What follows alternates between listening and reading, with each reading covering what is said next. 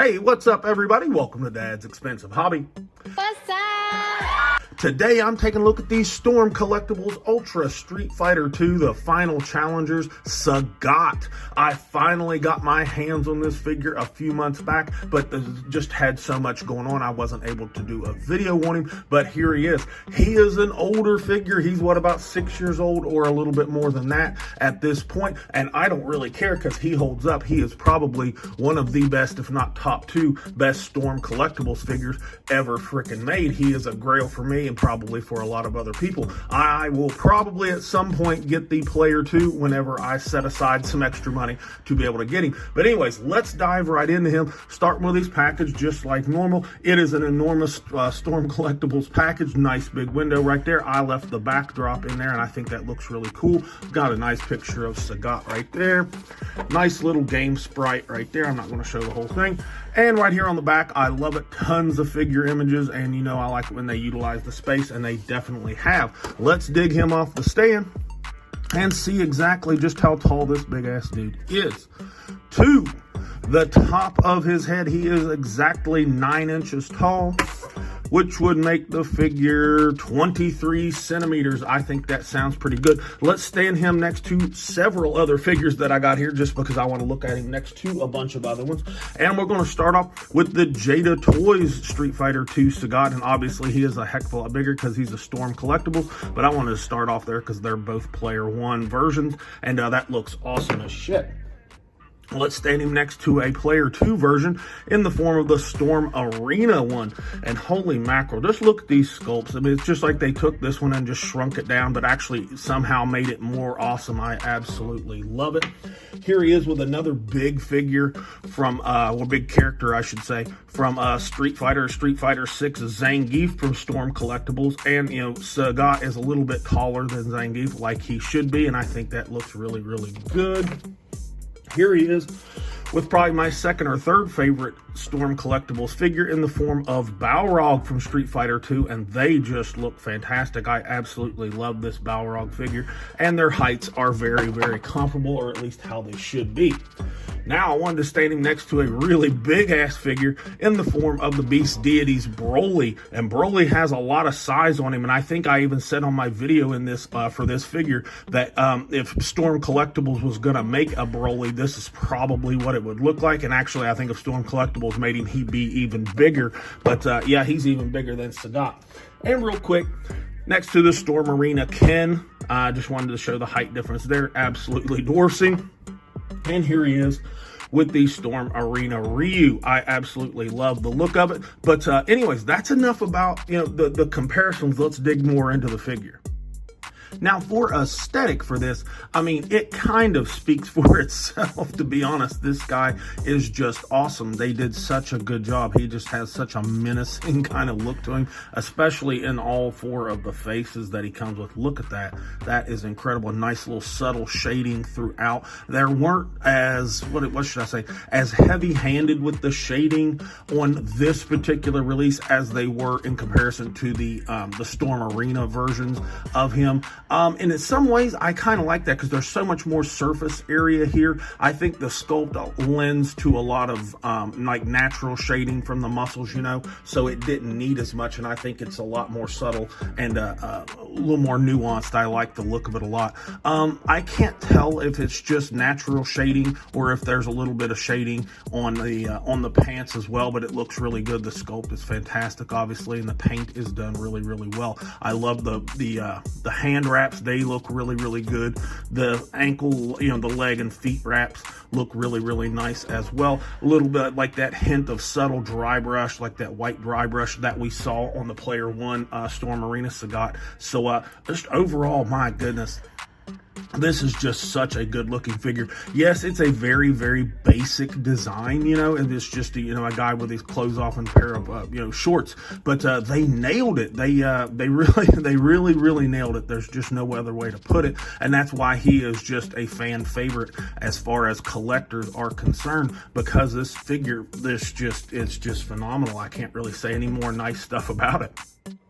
Now for accessories, he comes with a nice spread of stuff, particularly for what he is and how much plastic you get. You get 4 different head sculpts. He gets a serious head on him in the package. He gets a teeth gritting face that I think looks really, really good. He gets an open mouth, kind of maniacal laughing face that looks really nice. And he gets a beat up face showing all these teeth and stuff, and it's done really well as well.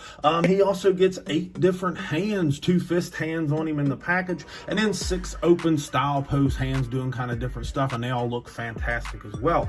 And lastly, he gets a nice big tiger punch effect that I think looks really, really good. It's like clear acrylic plastic, like yellow shade going out into orange. Looks really nice, and it comes with a nice clear acrylic stand.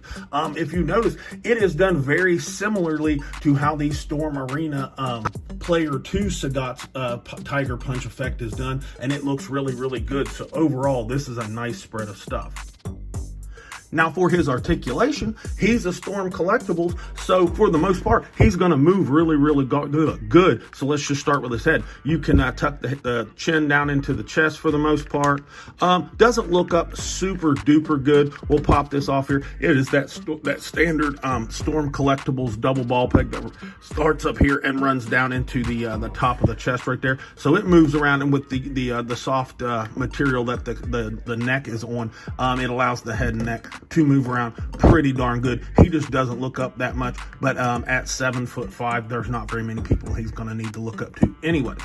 Shoulders up way above 90 degrees, so that's fantastic. Of course, full 360.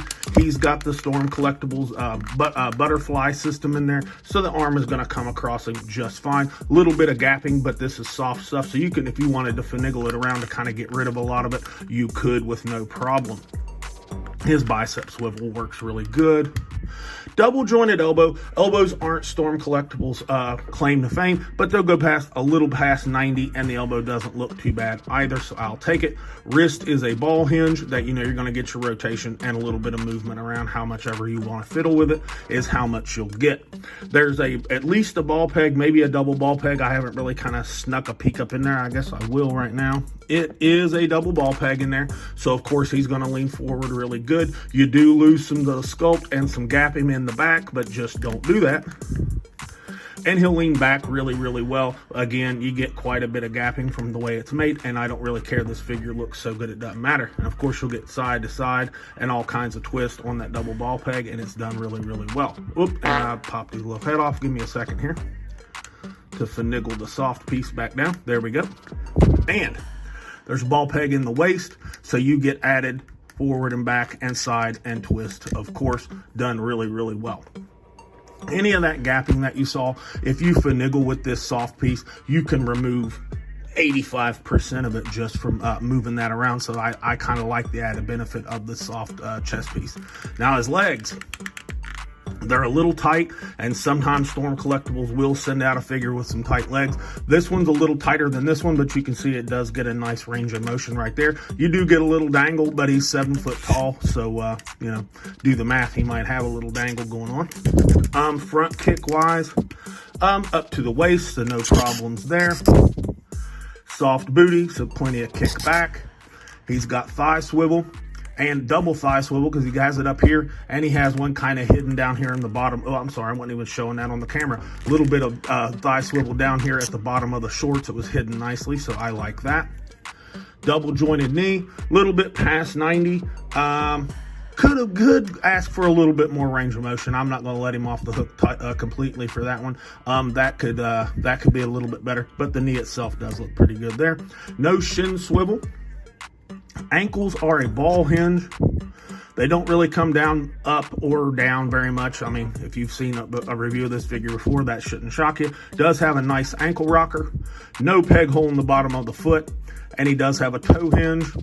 Looks okay. I mean, I don't really like that gap, that little space that it gets, but it's functional, it is tight, and it would definitely hold the weight of the figure. So, Is he, Storm Collectibles' most articulated figure? No, but it's a little bit of production variance. This leg right here, if I worked on it a little bit and moved it around, I could loosen it up to get more range. And if I wanted to play with it, I could get some more front kick. And as far as the shoulders and stuff, that pretty much depends on how much you want to finagle with the figure to get it into the poses that you want. He will pose how you want him to pose. Final thoughts on the Storm Collectibles Ultra Street Fighter 2, the final challengers, Sagat, Player 1. You already know I think this thing is freaking awesome. It's a grail piece of mine.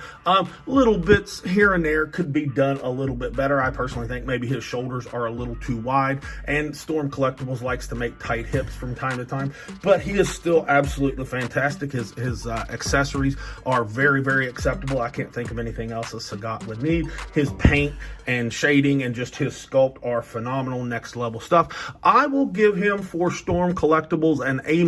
Little tweaks here and there could definitely improve him, but he is still, one of the top of the heap of figures of mine that I personally love. Anyways, that is all I've got for Sagat here. Keep an eye out for our other videos. Check out any figure you saw in this video that he was compared to. I did a video on, so check those out. And this has been Dad with Dad's Expensive Hobby, and I'll talk to you all in the next video.